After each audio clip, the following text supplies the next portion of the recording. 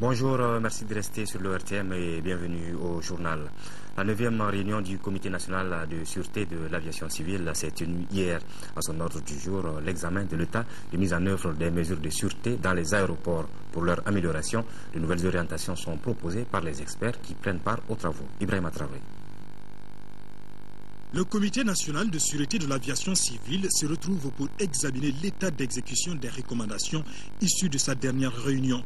Il étudie essentiellement la mise en œuvre des mesures de sûreté sur les plateformes aéroportuaires. Le but est de prendre des décisions visant à développer davantage le transport aérien au Mali dans un environnement sain, sûr et sécurisé. La 9e réunion du Comité national de sûreté se tient à un moment difficile de l'histoire de notre pays. Et c'est l'occasion pour moi d'attirer votre attention sur l'importance que le gouvernement du Mali accorde à la protection des usagers de l'aviation civile contre les actes d'intervention illicite. La sûreté est donc l'affaire de tous et de chacun. La réunion du Comité national de sûreté est une exigence de l'Organisation de l'aviation civile internationale. Les experts estiment que les aéroports restent des cibles privilégiées pour les terroristes et autres types de criminels. Les moyens de défense existants demeurent perfectibles pour faire face à ces menaces. Un défi qui exige une véritable synergie d'action tant au plan national qu'international. Et puis cette nouvelle, avant de poursuivre ce journal, des milliers de personnes ont battu ce matin le pavé à l'initiative de la primature. Elle marchait pour soutenir le vote d'une résolution au Conseil de sécurité de l'ONU autorisant le déploiement d'une force étrangère dans le nord du Mali. Les marcheurs réaffirment également leur soutien à l'armée. Partie de la place de la Liberté, la marche s'est achevée au monument de l'indépendance où attendait le directeur de cabinet du Premier ministre et certains membres du gouvernement. Nous y reviendrons dans nos prochaines éditions avec notre reporter Bourama Traoré. Fini désormais les coupures intempestives d'électricité à Sikasso et à Koutiala. Les réseaux électriques de ces deux villes ont bénéficié de l'interconnexion entre la Côte d'Ivoire et le Mali. Le ministre de l'Énergie et de l'Eau s'est rendu sur les deux chantiers jeudi dernier. Il a constaté que les travaux sont terminés et les centrales de Sikasso et de Koutiala n'attendent que leur inauguration. Envoyés spéciaux à Sikasso, Daouda Sidiki Diarra et Aliou Touré. Depuis le 19 octobre dernier, la ville de Sikasso a changé de visage. Cela à travers l'interconnexion des réseaux électriques de la Côte d'Ivoire et du Mali. De quoi réjouir le directeur régional de l'EDM qui voit ainsi les capacités de son service renforcées. Que ce soit Koutiala ou Niambouroni, on a eu beaucoup de difficultés pour satisfaire la population depuis vraiment une décennie. Et maintenant que cette interconnexion arrive, vraiment nous l'accueillons vraiment avec beaucoup de fierté, avec beaucoup de joie. Le ministre de l'Énergie et de l'Eau est venu constater l'effectivité de cette interconnexion en se rendant au poste de distribution de tension de Sikasso. Ici, l'hôte du jour a eu droit à une visite guidée de lieu par le chef de centre. Ce poste permet de recevoir l'énergie de la Côte d'Ivoire qui vient en 225 000 volts. Cette énergie de 225 000 volts arrivée à la ville de Sikasso, ou à ce poste ici, nous faisons une transformation en deux niveaux de tension, les 33 000 volts et les 15 000 volts. La ligne de tension qui va de Feksedougou en Côte d'Ivoire jusqu'à Ségou en passant par Sikasso et Koutiala est longue de 524 km dont 387 au Mali. Ce projet est estimé à près de 81 milliards de francs CFA et est financé par l'Inde à travers Exim Bank. Après la visite des lieux, le ministre apprécie ce qui a été fait ici. Nous sommes satisfaits de ce que nous avons vu et nous pensons qu'aujourd'hui l'interconnexion, c'est la fiabilité, l'assurance d'avoir le courant en continu et l'assurance également de ne pas se soucier d'un certain nombre de tracasseries au niveau régional et au niveau également national. Avec l'interconnexion, les conditions de vie et de travail des populations de Sikasso s'améliorent. Fini désormais la coupure intempestive d'électricité. L'ancienne centrale thermique qui alimentait la ville à peine depuis le temps colon est désormais à l'arrêt. Je trouve ça bien parce que notre réseau était faible Souvent, ça a coupé, souvent, mais maintenant, alhamdulillah. Le ministre a remis des lampes à basse consommation à l'hôpital de Sikasso, communément appelé ampoule économique. Cela après avoir visité les structures relevantes de son département. À Koutchala, la délégation du ministre est rendue au poste électrique de la ville qui a presque les mêmes caractéristiques que celui de Sikasso. Le tribunal administratif de Bamako est un investissement de 238 millions de francs CFA qui devrait être livré depuis décembre 2011. À présent, les travaux traînent. Le ministre de la Justice qui s'est rendu sur le chantier a fait un constat amer. Selon Malik Koulibaly, l'État tirera toutes les conséquences de cette lenteur. Adama Djimde. Ce bâtiment servira de siège au tribunal administratif de Bamako. Il comprend 2 salles d'audience, une dizaine de bureaux et des annexes. Quelques ouvriers étaient en plein travaux de peinture quand le ministre de la Justice arrivait sur les lieux. L'état d'avancement du chantier n'est pas du tout encourageant. Je ne suis pas satisfait, en ce sens que le chantier, s'il ne dort pas, il somnole. L'État était censé prendre possession des locaux depuis décembre 2011. Nous sommes en décembre 2012. Bien sûr que la crise a bon dos, mais les bâtiments étaient censés être livrés bien avant l'avènement de la crise. Cette visite du ministre n'était pas une visite guidée, car le chef de chantier ne s'y trouvait pas, encore moins l'entrepreneur. M. Koulibaly a également visité un titre foncier numéro 1418, domaine du ministère de la Justice, dont une bonne partie, soit 37 lots, ont été réattribués à certains particuliers. Même constat, même déception. Même l'État n'échappe pas à la spoliation foncière. Au surplus, le ministère de la Justice. L'État demeure un sujet de droit, c'est vrai. Et à ce titre, nous allons immédiatement engager les procédures qu'il faut pour faire annuler les attributions concédées sur les parcelles du ministère de la Justice. L'espace en question est situé à l'ouest de l'Institut national de formation judiciaire à Bolé-Banakabougou en commune 6. Une nouvelle unité industrielle spécialisée dans la fabrication du fer à béton verra bientôt le jour dans notre pays. Elle produira cette unité environ 150 tonnes de fer, toutes dimensions confondues, et emploiera plus de 500 jeunes maliens. C'est en prélude à l'inauguration de cette nouvelle industrie située à Tienfala dans la région de Koulikoro qu'une délégation du département en charge du commerce et de l'industrie vient d'effectuer hier après-midi une visite sur le site. Constat, les travaux ont atteint un taux d'exécution de 100%. Reportage de Aldraman Meiga. S'enquérir de l'état d'avancement des travaux de l'industrie malienne de fer, tel est l'objectif visé par cette visite de terrain effectuée par cette délégation du département en charge du commerce et de l'industrie. Cette sortie s'inscrit dans le cadre des activités préparatoires de la cérémonie d'inauguration de cette unité industrielle située à une trentaine de kilomètres de Bamako, sur l'axe Koulikoro. Lancée en 2010, les travaux de cette usine qui permettra au Mali de fabriquer environ 150 tonnes de fer par jour ont atteint un taux d'exécution de 100%. C'est une entreprise qui est très importante pour notre économie.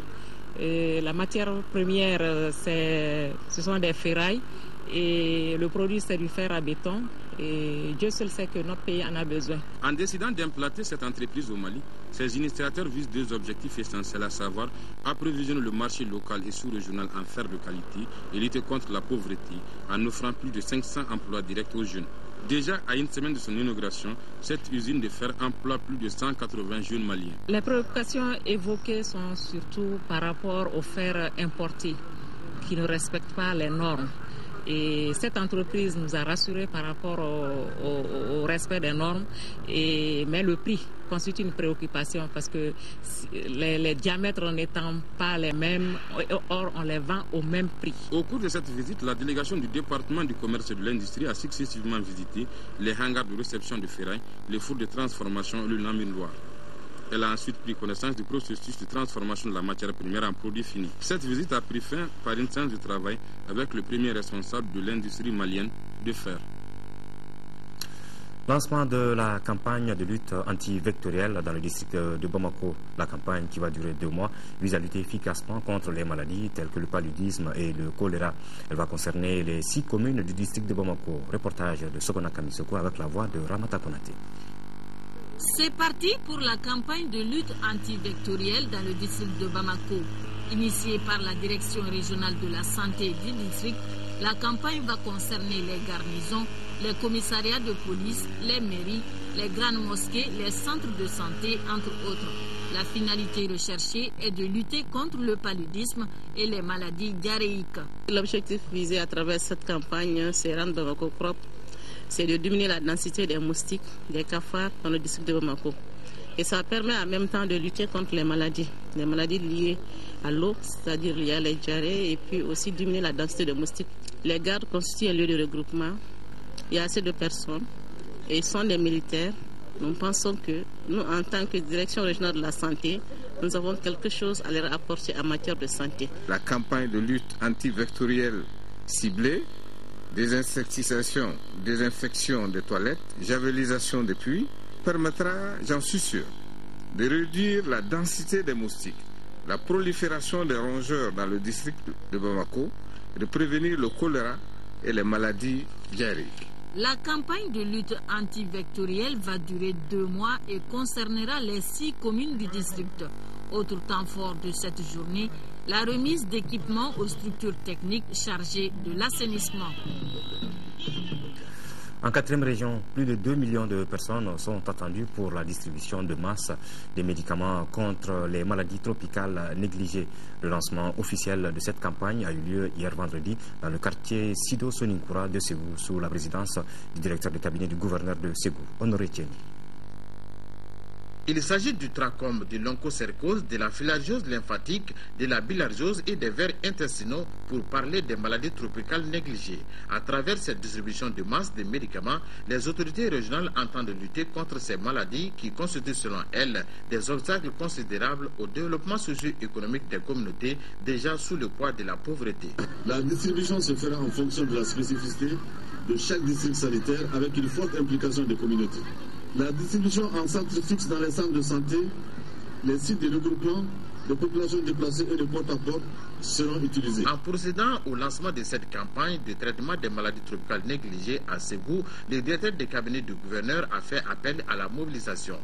Permettez-moi de lancer un appel aux autorités administratives, politiques, aux acteurs des médias et à l'ensemble des populations sur toute l'étendue de la région du Ségou à la mobilisation pour une meilleure réussite de cette campagne, afin de contribuer ainsi au développement socio-économique de notre région et au bien-être de tous. C'est donc cette première dose administrée à Djahara par le directeur des cabinets qui a marqué le lancement officiel de la campagne de distribution de masse des médicaments dans le cadre des maladies tropicales négligées en 4e région. En 4e région, toujours, le secrétariat exécutif régional de lutte contre le sida de Ségou a procédé mercredi au lancement de la journée couplée au mois de lutte contre le VIH-Sida. L'événement a enregistré des messages relatifs à l'élimination de la maladie. La cérémonie de lancement était présidée par le gouverneur de la région de Ségou, Prémakone.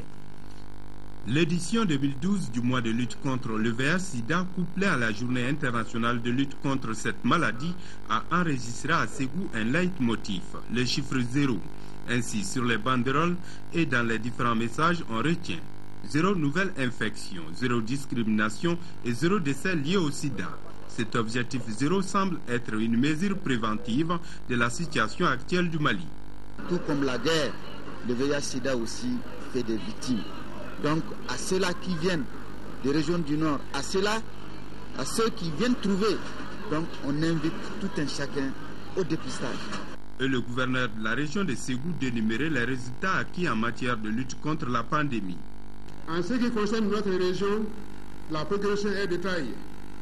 Elle abrite 16 sites de prise en charge, dont 2 communautaires, 56 de prévention transmission mère-enfant, dont 41 fonctionnels, 74 centres de conseil et de dépistage volontaire, dont 61 intégrés, et 13 autonomes, 13 associations de personnes vivant avec le VIH, coordonnées par un réseau des ONG et des associations, sans oublier les 8229 patients notifiés au VIH en fin du 3e trimestre 2012, contre 4176 patients initiés aux ARV, dont seulement 2938 patients suivis régulièrement à la même période. Au-delà de ces résultats, les acteurs doivent saisir toutes les opportunités pour éradiquer le sida. Cette cérémonie de lancement a suscité une vague de solidarité envers les déplacés du Nord à Ségou. À Kaye, cette fois-ci, on va parler de conférence planning, informer et sensibiliser les femmes déplacées du Nord vivant à Kaye sur les avantages de la planification familiale. C'est l'objectif de la conférence débat que le projet Save the Children a organisé mercredi dernier dans les locaux du conseil de cercle de Kaye. Il s'agissait de leur montrer les produits de contraception qu'elles peuvent utiliser, soit pour espacer les naissances, soit pour éviter les grossesses non désirées. Cette conférence sur le planning familial destinée aux femmes déplacées du Nord à Kaye vient à point nommé car elle permettra à ces femmes de mieux comprendre les avantages de la planification familiale en ce moment difficile que traverse notre pays. Nous voulons contribuer à la réduction de la mortalité maternelle, néonatale et infantile au Mali de façon générale et en particulier en région de Kaye. Donc c'est pour cela aujourd'hui nous avons tenu à ce que nous échangeons avec les femmes déplacées du Nord qui résident en région de Kaye pour qu'ils connaissent un peu l'avantage de la planification familiale. Le président des ressortissants et sympathisants des régions Nord à Kaye, Salif Kodjo, a salué cette initiative qui va sans nul doute permettre à certaines femmes déplacées de prendre soin d'elles-mêmes et de leurs enfants en espaçant leur grossesse. Vous savez, la crise a fait beaucoup de déplacés au niveau de la région de Kaye. Parmi les déplacés, il y a beaucoup de femmes. Une conférence pour informer, sensibiliser les femmes sur le planning familial est salutaire. Le représentant du préfet du cercle de Kaye, Isiaka Kanté, a lui aussi salué cette initiative avant d'ajouter que les échanges sur le planning familial permettront à coup sûr à tout un chacun de tirer des bénéfices sur les avantages de la planification familiale au sein de la famille. Voilà, c'est la fin de ce journal. Vous retrouverez Aoui Touré pour les éditions du soir. En attendant, ayons toujours une pensée de soutien et de réconfort pour nos compatriotes vivant dans la région du Nord sous occupation. Merci, à très bientôt.